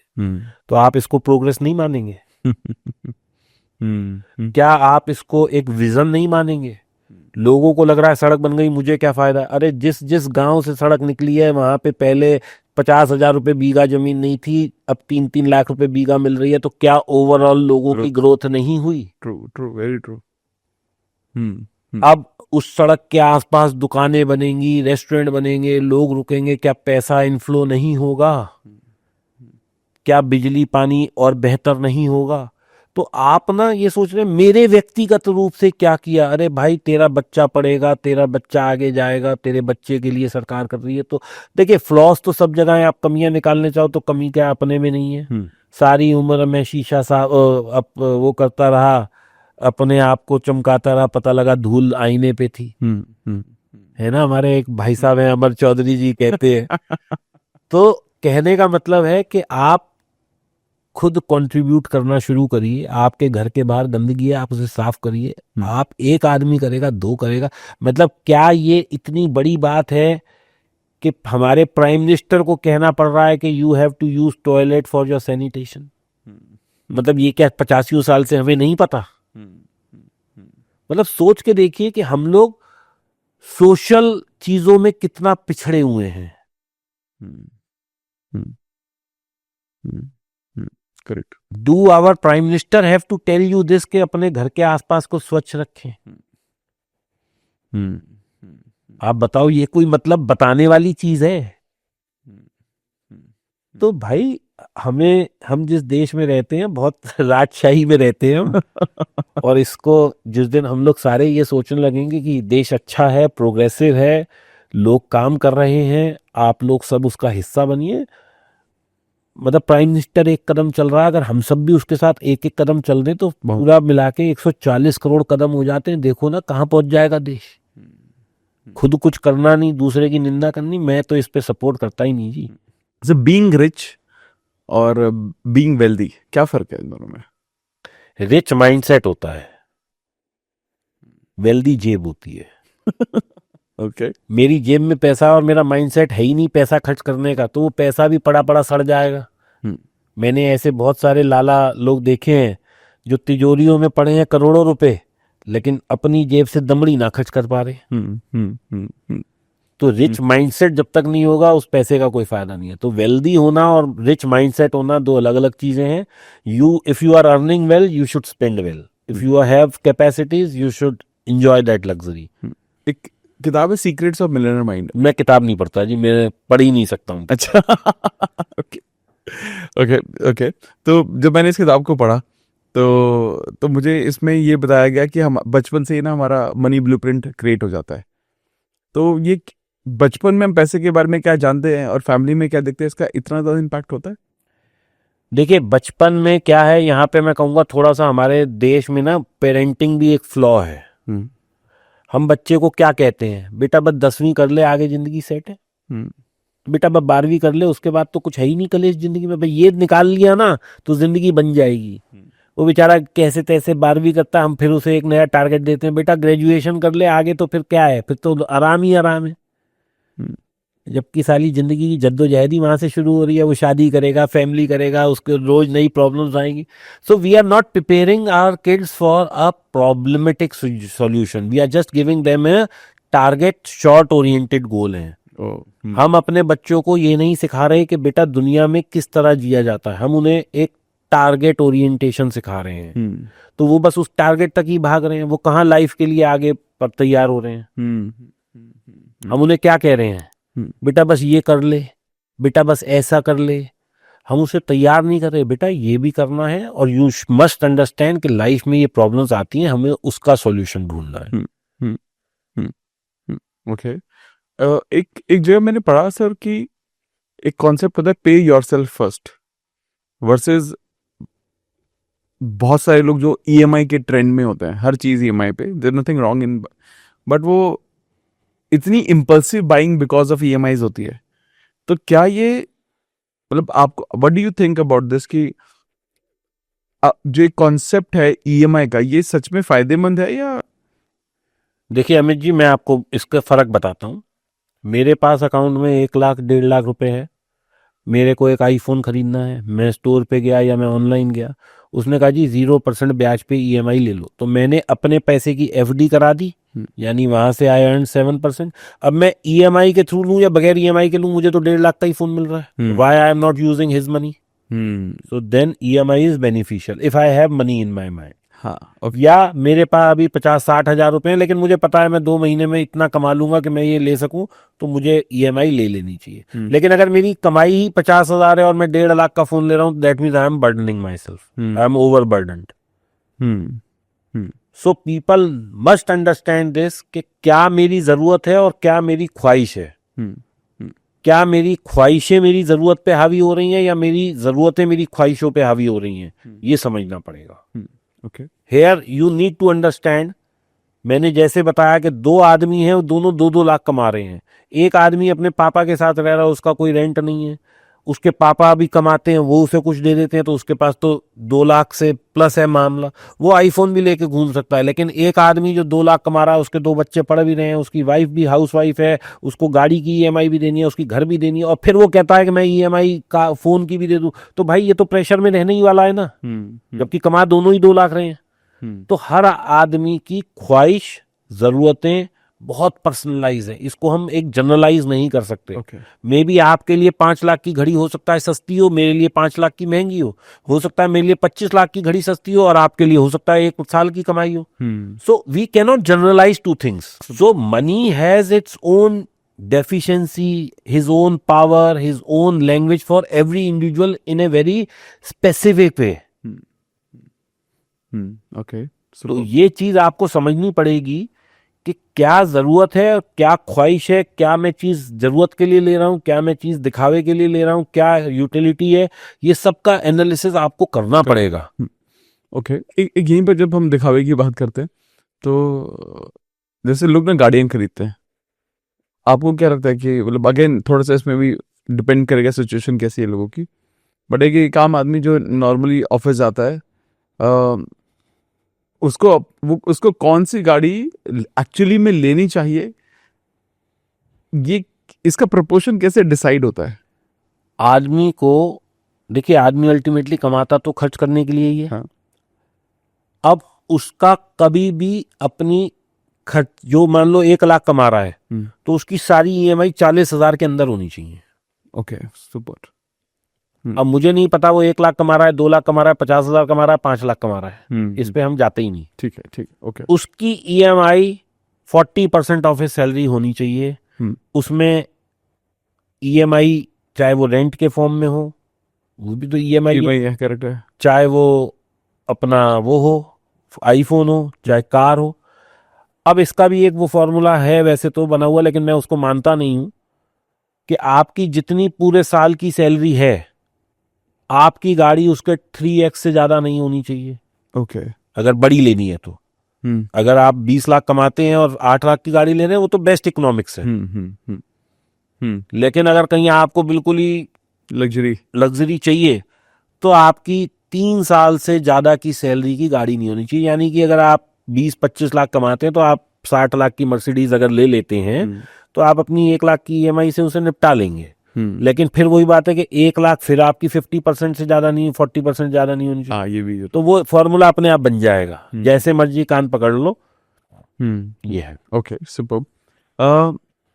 बेस्ट मनी एडवाइस जो आपको? Start saving ASAP. आज आप पैसे को बचाओगे, कल पैसा आपको बचाएगा। ओके। Biggest money mistake? बगैर सोचे समझे खर्चा करना, 50 रुपए के लिए धक्के खाना और 500 रुपए के लिए सोचना नहीं। लोगों को ईएमआई पे घर ले लेना चाहिए? बिल्कुल लेना चाहिए। ओके। और क्या रेंटिंग जगह पे रहना चाहिए? खुद के घर में रहना चाहिए। खुद के घर में रहना चाहिए। Okay, nice. हाँ, ओके। हो गया, काफी कुछ हो गया। तो अमित जी, इसका भी मैं बताता हूँ क्यों मैं कहता हूँ खुद के घर पे रहना चाहिए। हम 2 एग्जाम्पल ले लेते हैं, एग्जाम्पल 1, एग्जाम्पल 2। ठीक है। एक लड़का 2 लाख कमा रहा है, ये लड़का भी 2 लाख कमा रहा है। ये अपने रेंटेड हाउस में रह रहा है और ये अपने घर में रह रहा है। इसका रेंट 50,000 है, इसकी ईएमआई 50,000। यही लोग समझाते हैं ना ईएमआई पे कि अगर ये 50,000 जो अपने लगा रहा है, इसको अगर इसने म्यूचुअल फंड में डाला होता तो आज घर की वैल्यू 4 करोड़ है, इसकी वैल्यू 50 हो गई होती। यही तो समझाते हैं। तो ये तो पॉजिटिव साइड ऑफ सन है। ये तो सबको ही पता है, इसमें कौन सी ग्रेटनेस है। हम तो इसकी नेगेटिव साइड को समझते हैं कि 10 साल ये इसने म्यूचुअल फंड में पैसा दिया और 10 साल इसने ईएमआई दी, 10 साल बाद ये मर गया तो इसके बीवी के पास क्या बचा? 1 करोड़ रुपया जो उसने सेव करा अब तक म्यूचुअल फंड में, क्या इससे वो 4 करोड़ का घर ले लेगी? कभी नहीं ले पाएगी। अब इस वाइफ को कितनी बड़ी टेंशन है कि मुझे बच्चे भी पालने हैं, रेंट भी देना है और घर का लालन पालन भी करना है और घर भी कहीं खरीदना है। क्या छोड़ के जा रहे हो आप अपने घर के लिए, फैमिली के लिए? ये वाला आदमी जो ईएमआई दे रहा था, लोन पे इसने घर लिया, आज इसको कुछ हो गया तो इसका तो घर पहले दिन ही इंश्योर्ड है ना। बैंक कहेगा भैया तू होम लोन ले रहा है, लोन को इंश्योर करा ले 2 लाख फालतू दे के, ये बगैर उसके लोन मिलेगा ही नहीं। तो इसको कुछ हो गया तो इसकी सारी ईएमआई तो बैंक देगा। इसकी वाइफ को अब सिर्फ ये है कि मुझे अपने लालन पालन के खर्च करना, उसको छत की टेंशन नहीं है। तो आप कमा किसके लिए रहे हो? घर वालों की पीस ऑफ माइंड के लिए ना। तो अब मैं कहता हूं जिसको घर लेना है, घर लेना चाहिए इमीडिएटली। ये नहीं सोचना चाहिए कि मैं रेंट पे रह रहा हूँ। डोंट एवर से कि रेंट दे दे, म्यूचुअल फंड दे दे, देख तेरे पास 50 साल में जिंदा रहूंगा तब देखूंगा ना। बहुत सही। और ये कैलकुलेशन तो 50 साल आगे से हम आज तक की लगा रहे हैं। ये क्या, वो जो आदमी ये कह रहा है कि भैया तू ईएमआई पे मतलब मत ले घर और रेंट पे रह ले और वो करा ले म्यूचुअल फंड, तो तू उससे मैं कहता हूं भाई तू लिख के भी दे दे मुझे कि मैं 50 साल बाद मेरे पास जिंदगी रहेगी और पैसा रहेगा। सिंपल सी कैलकुलेशन है। आई थिंक सर वी बहुत सारी चीजें कवर हुई लोगों के लिए आज, और बहुत सारे ब्रेक थ्रूज मेरे लिए भी थे, बहुत सारी चीजें मुझे भी समझ में आई। And I am sure about it, जितने भी लोग ये पॉडकास्ट देख रहे हैं, बहुत सारे लोगों के पास बहुत कुछ होगा इस पूरे पॉडकास्ट से उठाने के लिए, क्योंकि कुछ एग्जाम्पल्स आपने इतने इंपॉर्टेंट और इतने रिलेवेंट दिए रियल लाइफ एग्जाम्पल से, जो कॉमनली हम सब लोग वो गलतियां करते ही हैं। एंड बहुत सारी चीजें आपने ऐसी बताई जो बहुत सारे लोग होते हैं जो मार्केट में काम कर रहे हैं, ऑपरेट कर रहे हैं, उनका I don't know may be because of influence और बहुत सारी चीजों की वजह से the way they present it is absolutely unreal and unrealistic for people, और रियलिटी में वो बेनिफिशियल भी नहीं होता। और आप तो स्ट्रेट फॉरवर्ड बात करते हैं, आप घुमाते नहीं ज्यादा, और इसीलिए मुझे तो हमेशा I love the way you speak about money, मुझे बहुत अच्छा लगता है। And I am sure about जितने भी लोग ये पॉडकास्ट देख रहे हैं, आप सबको अपने लिए कुछ ना कुछ मिला होगा, और मुझे कमेंट करके जरूर बताना कि ऐसी कौन सी एटलीस्ट एक हैबिट आप आज से पिकअप करने वाले हैं जिसके जरिए आपको लगता है कि मेरी फाइनेंशियल हेल्थ बेटर होगी। सर आपको दिल से बहुत बहुत धन्यवाद इस पूरी शेयरिंग के लिए, और मैं सर का पूरा डिटेल डालने वाला हूँ डिस्क्रिप्शन में। सर के कंटेंट को आप देखिएगा, सर के यूट्यूब वीडियोस को आप देखिएगा। मैं आपको बताना चाहता हूँ कि इंडिया के वन ऑफ दोज पर्सन जिनकी नॉलेज पर आप एक्चुअली में फेथ कर सकते हो, and I personally felt it, and मैंने बहुत सारी चीजें सर की मैं फॉलो करता हूँ, एंड मुझे ऐसा लगता है कि सर ये वापस से हमारा गुड लक है हमारी ऑडियंस के लिए कि आप मेरे पॉडकास्ट सौभाग्य है। Thank you so much sir, thank you so much sir, thank you so much sir, thank you.